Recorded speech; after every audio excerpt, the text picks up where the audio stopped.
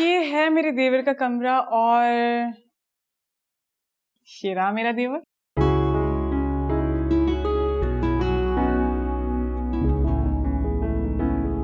तुम दोनों बैठ के बातें करो, मैं चाय लेके आती हूँ। और ज्यादा डिटेल में बातें करने मत बैठ जाना।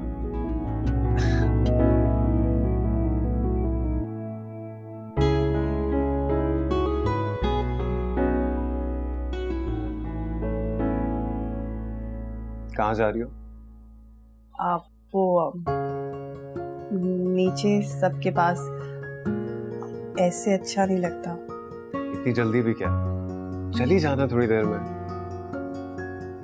अभी मुझे जी भर के देख तो लेने दो।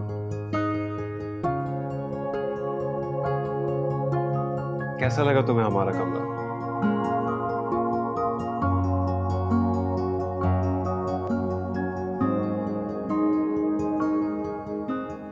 अच्छा है। और होने वाला शौहर?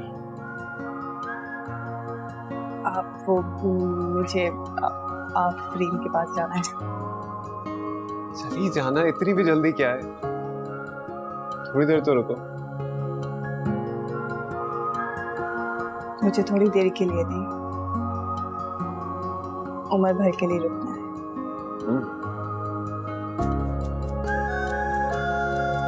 तुम्हारे घर में, तुम्हारे दिल में। पर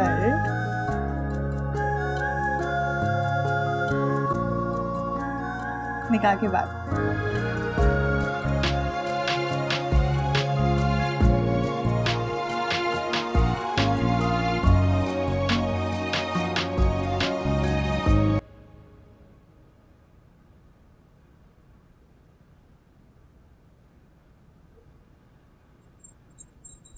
चाय।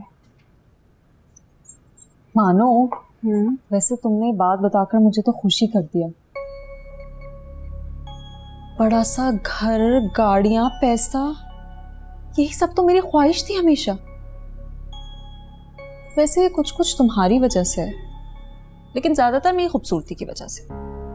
तुम्हारे ख्वाबों में सिर्फ पैसा, बड़ा घर ही है या शौहर के लिए भी तुमने कोई आइडियल सोच रखा है? आइडियल वो लोग सोचते हैं जिनके खुद के अंदर कॉम्प्लेक्सेस हों। मैं अपने अलावा किसी और के बारे में क्यों सोचूं? इतना बुरा वक्त नहीं आया मेरा। वैसे तुम्हारी दोस्त का जेठ तब से लेकर अब तक मेरे ही ख्यालों में होगा, यकीन है मुझे। तुम्हें कुछ ज्यादा नहीं गलतफहमी हो रही है अपने बारे में? हाँ तो मैं हूं इतनी खूबसूरत, कोई मुझे रिजेक्ट नहीं कर सकता।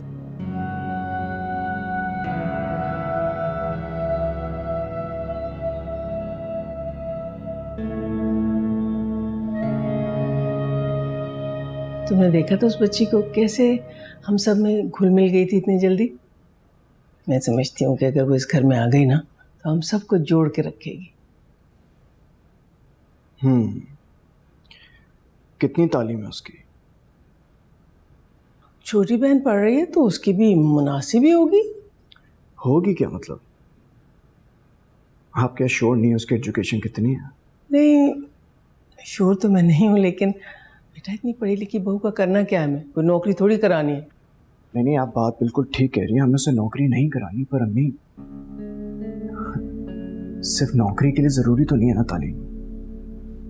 फिर आगे जाके बच्चों की परवरिश का भी सवाल है। इसके लिए एक औरत का तालीम याफ्ता होना बहुत ज़रूरी है। मैं हर चीज़ में कॉम्प्रोमाइज़ कर सकता हूँ, लेकिन एजुकेशन में नहीं। कम से कम आप ये तो पता लगाइए कि उसकी तालीम कितनी है। फिर आपको बेहतर लगेगा तो मुझे कोई एतराज़ नहीं है, मैं हाँ कह दूँगा। वाकई अल्लाह का लाख लाख शुक्र है, तो ना हाँ में तो बदली। चलो ठीक है बेटा, जीते रहो, खुश रहो।